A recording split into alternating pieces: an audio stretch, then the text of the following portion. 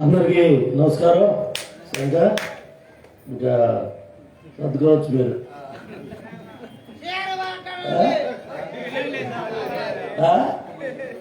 First speech గట్టిగా తప్పట్లో అమ్మాయి మొట్టమొదటిసారిగా మాట్లాడింది అంకిల్ సురేష్ భార్య ఇందిరా ప్రియదర్శిని గారు. అట్లాగే వేదిక మీద ఉన్న పెద్దలందరూ కూడా రాష్ట్రంలో అన్ని సంగతులు కూడా చెప్పారు. ఎక్కువ కాలం అయిపోయింది, ఇంకా భోజనం చేయలేదు ఎవరు. మిమ్మల్ని ఇంకా ఇబ్బంది పెట్టకుండా చంద్రన్న బీమా ఉందా? గ్రామంలో ఎంతమందికి వచ్చింది? 34 నెలల్లో ఏమీ లేదు. 34 నెలల్లో ఒక్కడ రాలా లేదు. వాళ్ళు వచ్చి ఎన్ని వచ్చినాయో చెప్పాలండి. ఎన్ని రోడ్లు వేశారు?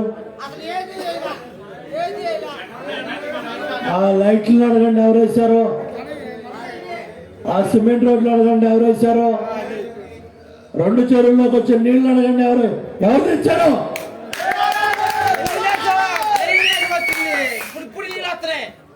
ఏం చేశారు మీరు చెప్పండి. అబద్ధాలు అసత్యాలు చెప్పి పబ్బం గడుపుకొని కుర్చీలో కూర్చున్నారు. ఎమ్మెల్యే అడ్రస్ లేడు, పంచాయతీలో డబ్బులు లేవు, తాగెత్తుకెళ్ళిపోయింది, అడిగే పరిస్థితి ఉడికి లేదు. ఆ రోజుల్లో అధికారం కోసం ఎన్ని అబద్ధాలు అసత్యాలు చెప్పాలో,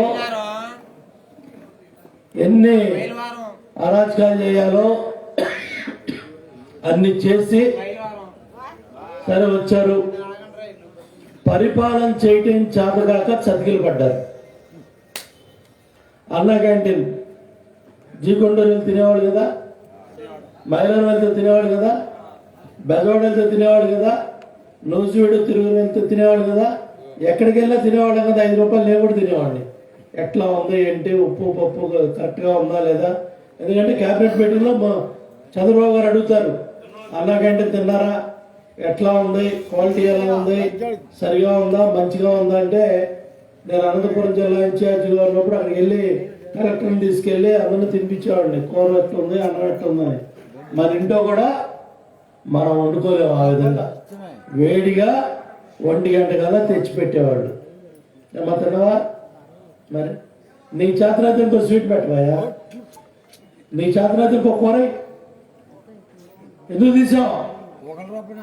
అన్న పేరు మీద ఉందన్నా, అన్న క్యాంటీన్ ఉండకూడదా? ఏ పక్క రాష్ట్రంలో అమ్మ క్యాంటీన్ పెట్టలేదా? జయలలిత పేరు మీద అమ్మ క్యాంటీన్ స్టాలిన్ ముందుకు తీసుకెళ్ళలేదా? ఇంకో కూర వేసాడు, ఇంకో స్వీట్ వేసాడు.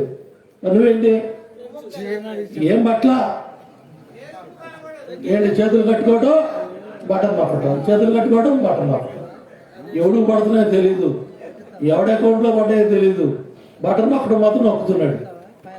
పైన మోడీ వేస్తే కింద ఏం నొక్కుతున్నాడు? ఆయన వేసి 2 రోజులు అయింది. కాబట్టి ఇవన్నీ కూడా ఇందాక ఆయన అడుగుతున్నాడు ఇసుక గురించి చెప్పని. మన టైంలో 1000-2000 లేదు ట్రాక్టర్, 20 రూపాయలే. మరి వాళ్ళ లారీ ఇసుక 50,000, భారతీయ సిమెంట్ 500, సుమా 90-92 వెళ్ళిపోయింది సుమా. ఇంకేం కట్టాలి? ఇల్లు ఒక ఇల్లు కట్టే ఊళ్ళో ఈ మధ్య ఎమ్మెల్యే ఫ్లెక్సీలు పెట్టండి, దేవేంద్ర మా గ్రామాల్లోకి వస్తున్నాడు అన్నాడు. ఏం పెట్టాడు అని మన మూలపాడులో చూసా. 34 నెలల్లో అబ్బో 75 లక్షలు పనిచేశాడంట. మూలపాడు లాంటి పెద్ద గ్రామంలో 34 నెలల్లో 75 లక్షలు. మనం కట్టిన స్కూల్ గోడలకే రంగులేయటం, బ్రిడ్జీలకి భరోసా బిల్డింగ్లు సచివాలయాలు ఏమన్నా అవసరం అప్పుడు దాన్ని డబ్బులు ఎడవయా సన్న బియ్యం సన్నాసి దాని డబ్బులు కడుపు మంట 70,000 కావాలి. కడుపు రగిలిపోతా ఉంది. ఎన్నెళ్ళైంది తమ్ముడు? 3 నెలలు బయట బూతులు మాట్లాడకుండా మంచిగా చెప్పు. మైలవారం నాదే అదేమో నందికం పొలం 3 నెలలు అయింది. ఇంతవరకు ఒక రాల పెట్టుబడి ఎంత నీకేమో 780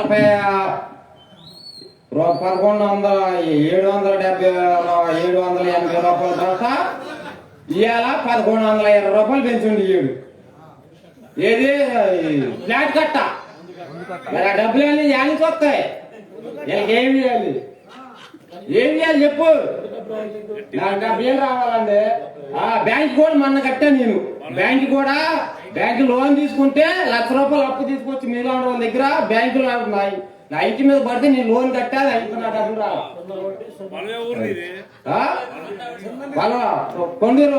కొండూరు మండలమే. సన్న బియ్యం సన్నాసి నేర్చుకో. రైతు ఆవేదన చంద్రబాబు నాయుడు గారిని తిట్టడం కాదు. ఎక్కడి నుంచి వచ్చాడు ఈ సన్నాసి? మన పార్టీలో 2 సార్లు గెలిచి ఆయన కాళ్ళ మీద పడి 2 సార్లు టికెట్ తీసుకొని ఇవాళ నోరు పారేసుకుంటావా? 3,000 కోట్లు రావాలి రైతులకు డబ్బులు. ఏడవండి ఆ డబ్బులు ఇవ్వండి. 2వ పంట ఇవ్వద్దా? ఇంత పచ్చిపాపం ఎప్పుడన్నా ఉందా? దాడవ లేకపోతే రైతు ఎట్ట బతుకుతాడు? ఇక్కడ కౌలు రైతులు ఎట్ట బతుకుతారు? కౌలు రైతు బతికేదే 2వ పంట మీద. ఏమన్నా బుద్ధి జ్ఞానం ఉందా మీకు? అవగాహన ఉందా?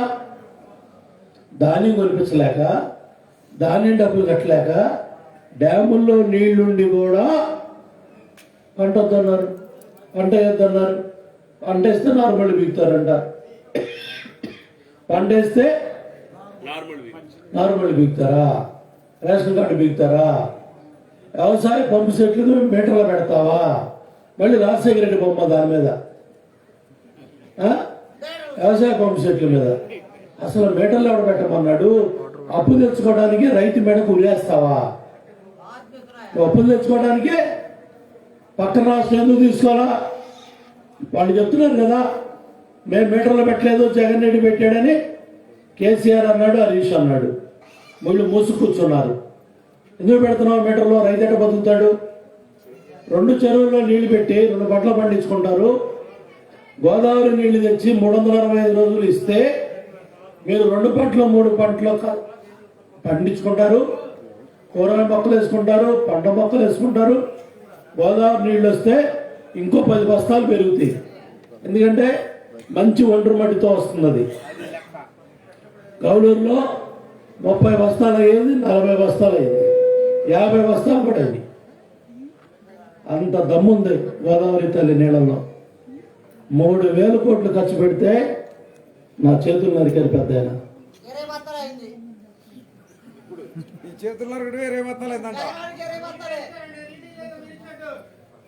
చూడండి, అర్ధరాత్రి పూట వచ్చి ముసలాడు చేతులు కాళ్ళు పట్టుకుంటే ఐస్ అయిపోయారు.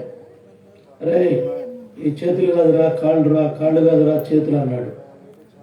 అయ్యా కొడుకుని ఆస్తి హైదరాబాద్లో 10 రెట్లు పెరిగింది. వాళ్ళు వ్యాపారస్తులు, వాళ్ళు రియల్ ఎస్టేట్ ప్లాట్లు అమ్ముకునేవాళ్ళు. అక్కడ ప్లాట్లు అమ్ముకోవడం బదులు ఇక్కడ అమ్ముదామని 100 కోట్లు వేసారు మన మీద. ఇవాళ కొండపల్లి అడవిలో 300 కోట్లు కట్టేశాడు. జకంపూడి కొండ కనపట్ల, షాబాద్ కొండ కనపట్ల, నేను పోసిన పోలవరం గుట్ట కనపట్ల. మీరు కాదు చూడండి, వెళ్ళలేని దగ్గర గుట్ట కనపడుతుందా? ఏలుగా గుట్ట మొత్తం కొట్టేశాడు. మళ్ళీ కొత్తూరు తాడేపల్లి మొత్తం వెలవలేరు దగ్గర అడవిని దారి చేసేసాడు. ఉపాధి హామీ డబ్బులు పందికొక్కుల్లాగా బిల్లులు పెట్టుకున్నాడు. ఎమ్మెల్యే బామ్మది నవగ్రహాలు. ఎవరు బయట అంతా మొత్తం చుట్టేస్తున్నారు. మళ్ళీ వస్తావా వస్తావా ఒక్క ఛాన్స్ అన్నాడు కదా, ఇక మరొక్క ఛాన్స్ ఇవ్వకుండా తరిమి తరిమి తరిమి రాష్ట్ర ప్రజలు ఎల్లగొట్టే రోజు దగ్గర పడింది. అయిపోయింది ఒక ఛాన్స్. 75 ఏళ్ళు సరిపోను ఒకసారి అన్నాడు, ఇంకో 75 ఏళ్ళు ఇటు ఉండండి రానీరు. మొన్న చెప్పాడు జుత్తే లేకపోతే కొప్పేం పెడతారని. అంటే 34 నెలల్లో జుత్తు అంతా ఊడిపోయింది. జుత్తు పోయింది, కొప్పు వేయాలంటే జుత్తు కావాలి కదా, మీరు ఇంటింటికి వెళ్ళండి అన్నాడు. మరి 34 ఏళ్ళు ఎందుకు వెళ్ళొద్దు అన్నావు? అంతా నేనే గెలిపించా, నేనే ఓట్లేసా, నేను చెప్పినాడు గెలిచాడు. దేవనరమ్మని మొదలు పెట్టాలి. పట్టిసేవ కట్టాడు, పోలవరం కట్టాడు, అసెంబ్లీకి వస్తే అడుగుతాడు, అడ్డం పడతాడు. కాబట్టి రాకూడదు అసెంబ్లీకి. అందుకు హైదరాబాద్ నుంచి సన్నాసులందరినీ తీసుకొచ్చి మా నెత్తి మీద పెట్టి, మనమేమో 22 లిఫ్ట్లు పెట్టాలా, చెరువులకు నీళ్లు పెట్టాలా, మిగిలిపోయిన రోడ్లు వేయాలా, లైట్లు వేయాలా. ఈ వాళ్ళలో ఉంటే నువ్వేం చేసావు? రేయ్ నేను ఎంపీ దగ్గరికి వెళ్ళి వస్తాను ఒకడు, నేను ఎమ్మెల్యే దగ్గరికి వెళ్ళి వస్తాను ఒకడు, నేను మంత్రి దగ్గరికి వెళ్ళి వస్తాను ఒకడు, నేను ఎస్సీ దగ్గరికి సి దగ్గరికి వెళ్ళి ఆ చివరి రోడ్డు కూడా వేస్తాను. మనందరం కూడా ఇతరాలు వేయమని చెప్పి మనం వెళ్ళాం. ఈ డీటెయిల్సే బదులు అట్టేసాడు. చివరి అవసరం పంట గట్టి మీదకి వెళ్ళిపోయింది. చల్లాల్సిన విత్తనాలు చేలో పడ్డ. దానివల్ల చేసిన అభివృద్ధి పక్కెళ్ళిపోయింది. మళ్ళీ ఏం చేశాడు? 50,000 లక్ష రూపాయలు జీతాలు ఇచ్చి టక్కు చేసుకొని బడ్డీ కొట్టి తిరగచ్చు. మా ముస్లిం మామరా అవ్వరా, అమ్మో ఆయన ₹1,00,00,000 సంపాదించాడు రెడ్డి గారు. అబ్బో ఈ నాయుడు గారు 2 కోట్లు సంపాదించాడు. ఆ చౌదరి గారు 3 కోట్లు సంపాదించాడు. అమ్మో నిజమా? లేదా రోడ్లు చూడు, అయ్యో ఏంటయ్యా నిజమా?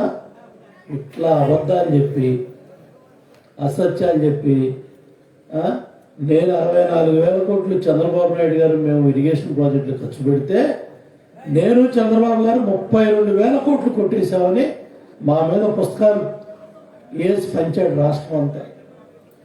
32,000 కోట్లు. ఇప్పుడే ముక్కు నేలకు రాస్తున్నాడు. 34 నెలలు బొచ్చేమన్న బిగాడా?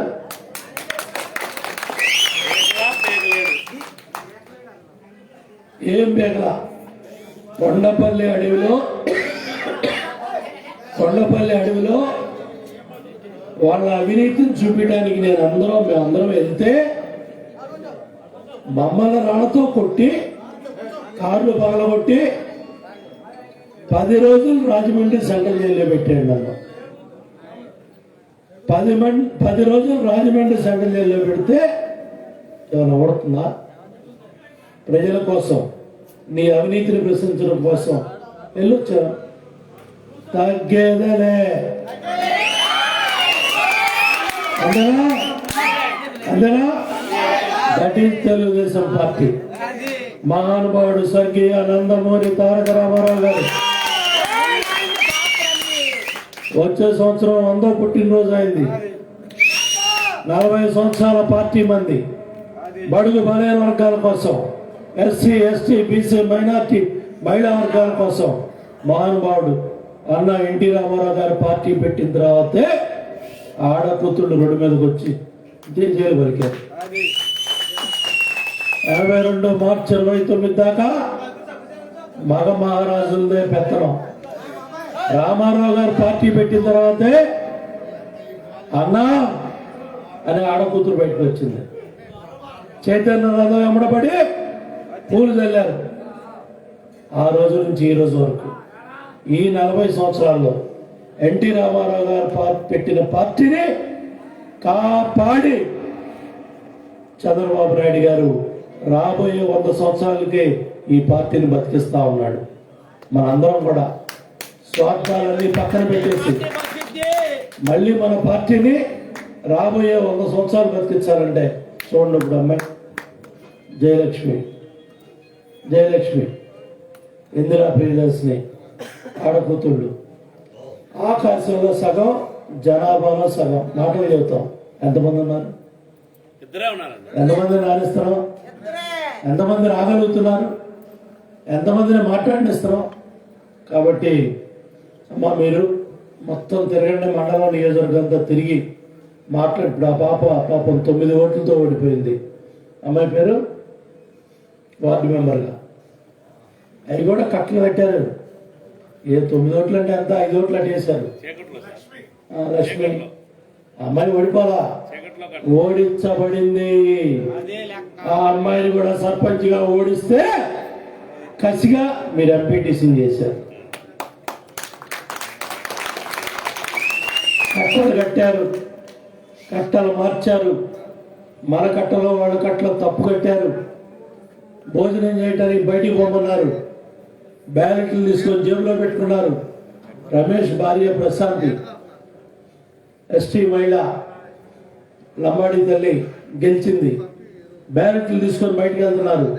మనాడు రమేష్ వీరోచితంగా పట్టుకొని ఊరు ఊరు తండా తండా కత్తులు కటార్లు కారం పట్టుకొస్తే పోలీస్ దండాలు పెట్టి రెవెన్యూ పోలీస్ ఇది దుర్మార్గం. ఎమ్మెల్యే తప్పుడు పనులు చేయమంటున్నాడు, తహసీల్దార్ తప్పుడు పనులు చేయమంటున్నాడు. మేము చెయ్యం. అమ్మాయి ప్రశాంతి అంతే కదా, ప్రశాంతి గెలిచిందని తెల్లవారుజామున 3 గంటలకి ప్రకటించి బతుకుంటే చాలని బయటికి వెళ్ళిపోయారు అందరూ. That is Telugu Desam. పొందుగుల్లో కూడా అంతే గెలిచాం. గెలిస్తే ఆ అమ్మాయిని కొట్టి బ్యాలెట్ బాక్సులు తెచ్చుకొని వెళ్ళడం మైలారం. ఏది తెల్లవారుజామున 3ంటికి సిఐఎస్ఐ కొట్టి ఆ సీట్లు లాక్కున్నారు. కోర్టులో వేసాం. అది మళ్ళీ రీకౌంటింగ్ జరుగుతుంది. ఆ సిఐ విఆర్లోకి వెళ్ళి పాపాలు ఊరినే పోతాయా, విఆర్కి వెళ్ళిపోయాడు. ఎవరైనా సరే తప్పు చేస్తే తప్పదు. కాబట్టి ఇవన్నీ కూడా చూడండి. పెళ్లి కానికి ఎందుకు తీసాం? 50,000 ఇచ్చేవాడు కదా. సంక్రాంతి కానికి ఎందుకు తీసావు? క్రిస్మస్ కానికి ఎందుకు తీసావు? రంజాన్ తోఫా ఎందుకు తీసావు? అరే ముఖ్యమంత్రి సహాయ నిధి ఇందాక పాపం బాధపడ్డారు. డయాలసిస్ 4 లక్షలు అయిందంట. ఆస్తులు అమ్ముకున్నారు, అప్పు చేశారు. అదే చంద్రబాబు నాయుడు గారు 4 లక్షలు కాదు 10 లక్షలు ఇచ్చేవాడు. ఇవాళ నువ్వు మొత్తం గాల్లో లేదు. 1000 రూపాయలకి అన్నీ అయిపోతాయని జెండా తిరస్మాత్ అన్నావు. ఒక్క రోగానికి డబ్బు ఇచ్చావా? ఒక్క హాస్పిటల్లో డబ్బు కట్టావా? కరోనాలో అంట 2,347 కోట్లు ఖర్చు పెట్టాడంట. ప్రతి దాంట్లో అవినీతి అవినీతి అవినీతి అవినీతి అవినీతి అవినీతి. ఆ కుర్చీ 1000 రూపాయలు కొంటే 500 కుర్చీ 1000 రాశారు. 500 రూపాయలు పక్క తీశారు. ఆయన కొన్న లక్షల కోట్ల సామానుల్లో ఈ రాష్ట్రంలో 7.5 లక్షల కోట్లు బడ్జెట్ ఖర్చు పెట్టాడు. చంద్రబాబు నాయుడు గారిని ఎన్ని మాట్లాడినా తట్టుకొని ఆయన సమాధానం చెప్పాడు. ఆడ కూతుళ్ళని తిట్టడం ఏంటమ్మా? బుద్ధి జ్ఞానం ఉంది. అన్నం తిన్నారా, గడ్డి తిన్నారా? ఎన్టీ రామారావు గారు కుమార్తెను తిట్టడం ఏంటి? ఛ! ఈ గౌరవ సభలో నేనుండను. ప్రజాక్షేత్రంలోకి వెళ్తా, గెలిచి ముఖ్యమంత్రిగా వస్తానని చంద్రబాబు నాయుడు గారు ఏదైతే చెప్పాడో ఆ మాట మనం నిజం చేయాలి. మళ్ళీ ఆ గౌరవ సభ చేయాలి.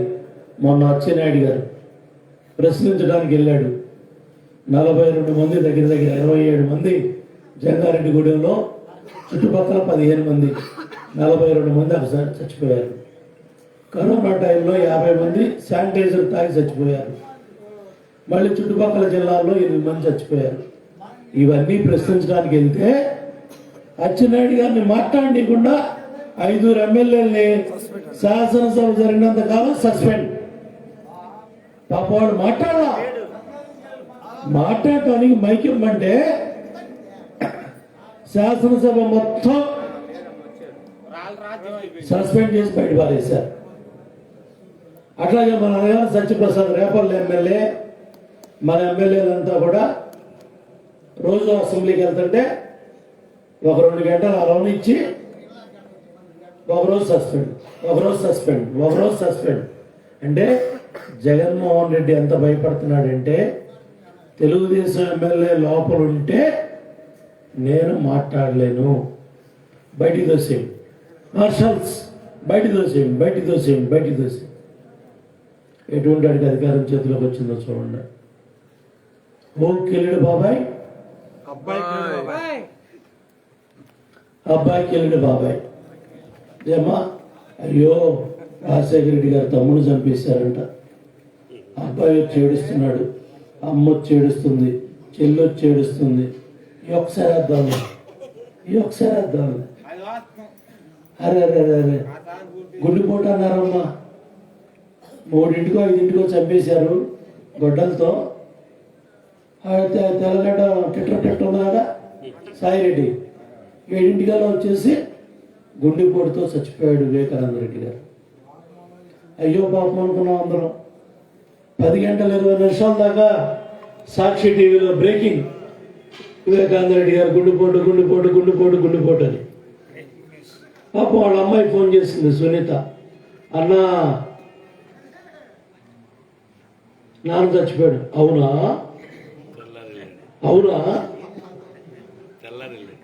ఆస్కార్ అవార్డు ఇవ్వచ్చు, హెలికాప్టర్లో రావచ్చు, పెద్ద విమానంలో రావచ్చు. కడపలో ఈయన దిగడానికి విమానాశ్రయం కూడా కట్టాము మేము.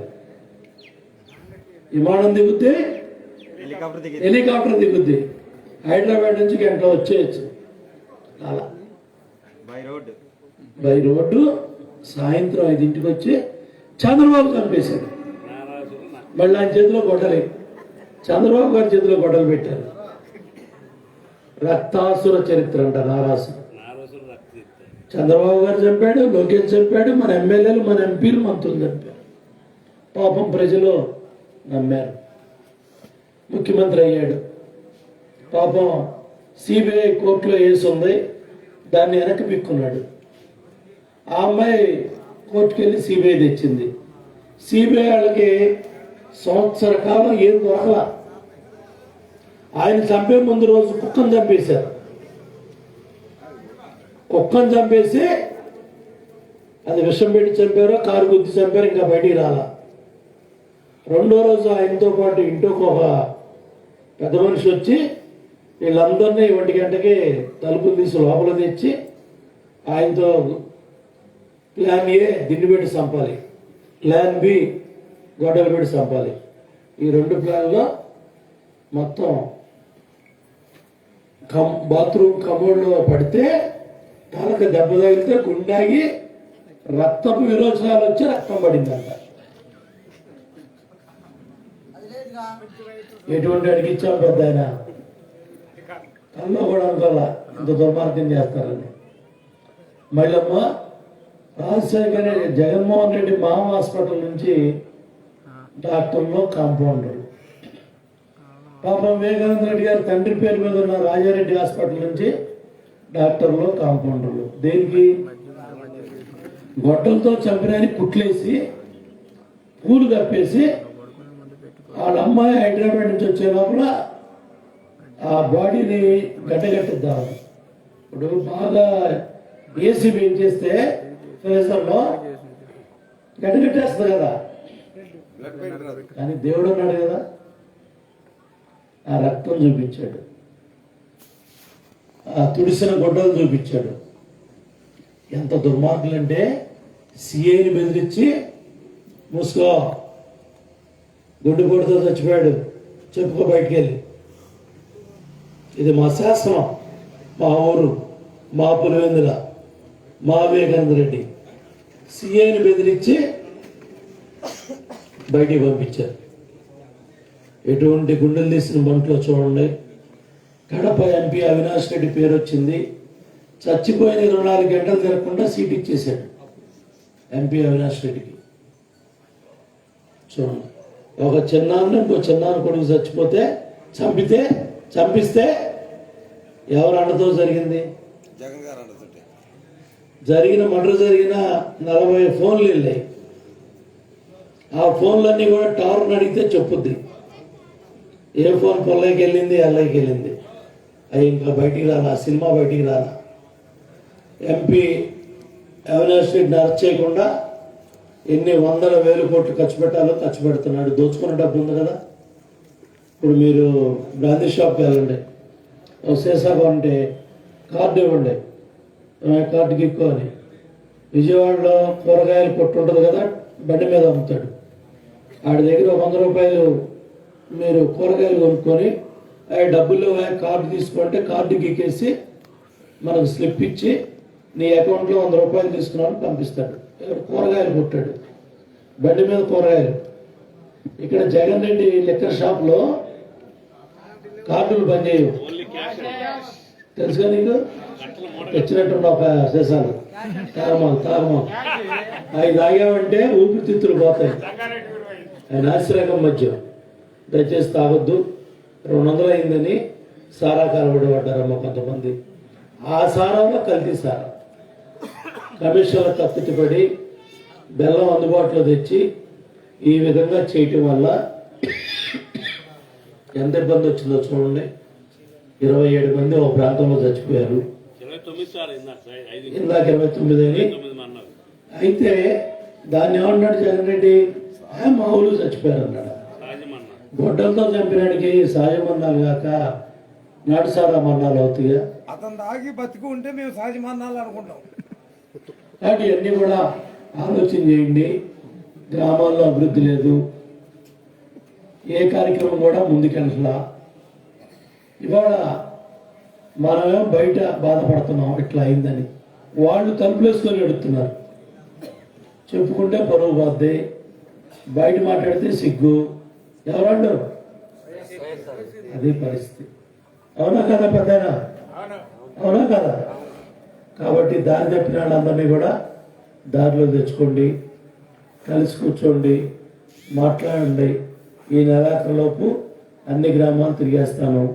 ఈ గ్రామం ఇవాళ 49వ గ్రామం. నాకు సాయంత్రం 5ంటికి బయలుదేరితే నేను ఇంటికి వెళ్ళి 2 రొట్టెలు తినాలంటే రాత్రి 12 అవుతుంది.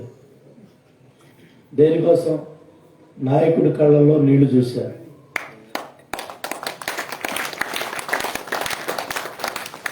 ఆయన ఎప్పుడూ నీళ్లు పెట్టలా.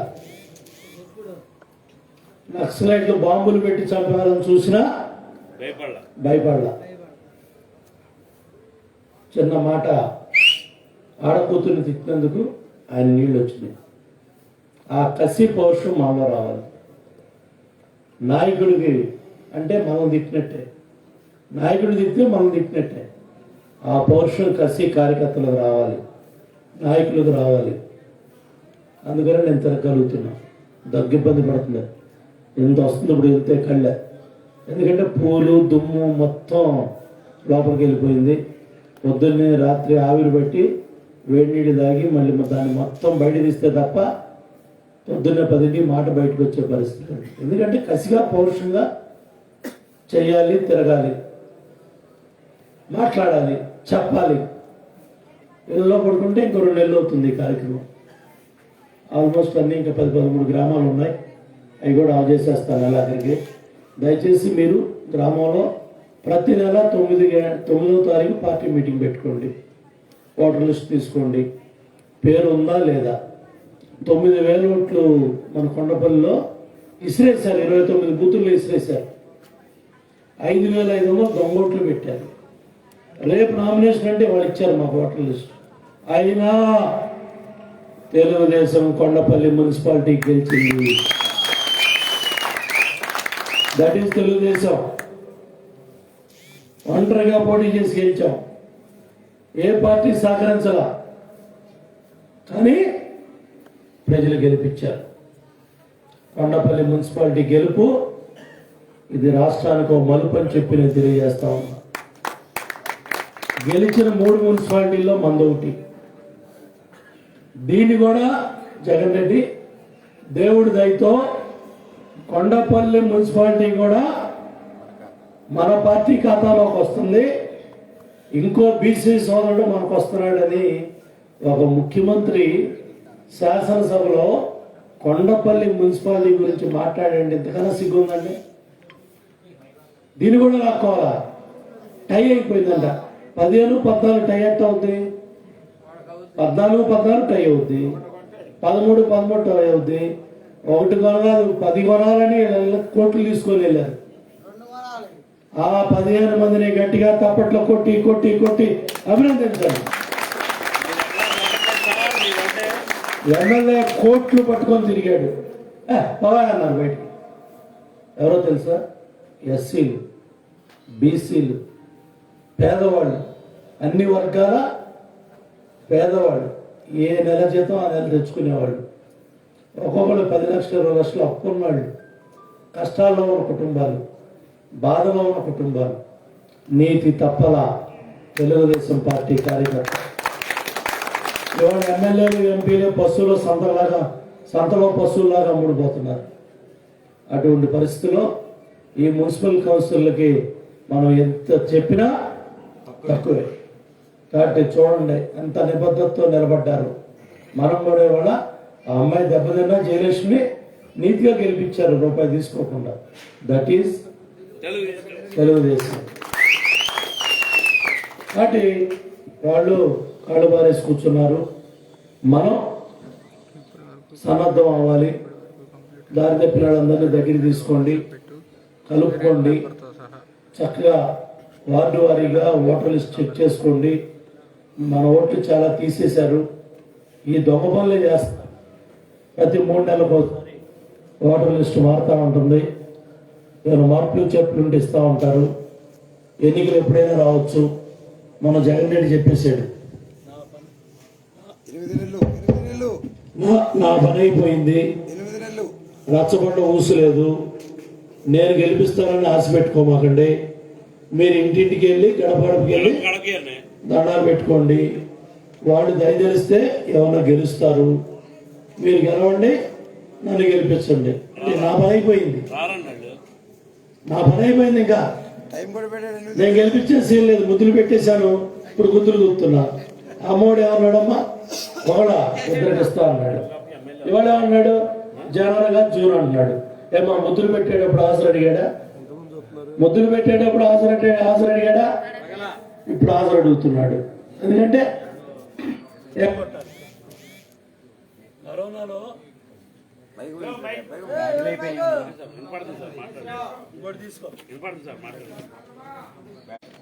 పిల్లాడికి దగ్గు తుమ్ము వస్తే స్కూల్కి పంపిస్తామమ్మా? పిల్ల ముఖ్యమా, అమ్మఒడి ముఖ్యమా? పిల్లాడు ముఖ్యం మనకి. కాబట్టి నీకు ఆసర లేదు, నీకు అమ్మఒడి రాదు. ఇది భాగవతం. కాబట్టి ఇవన్నీ కూడా ఆలోచన చేయండి, మాట్లాడుకోండి, కూర్చోండి. ఇంత పెద్ద ఎత్తున ఆదరణ చూపి ప్రతి ఇంట్లో కూడా ఆడకూతురు ప్రతి వాళ్ళు బయటకు వచ్చి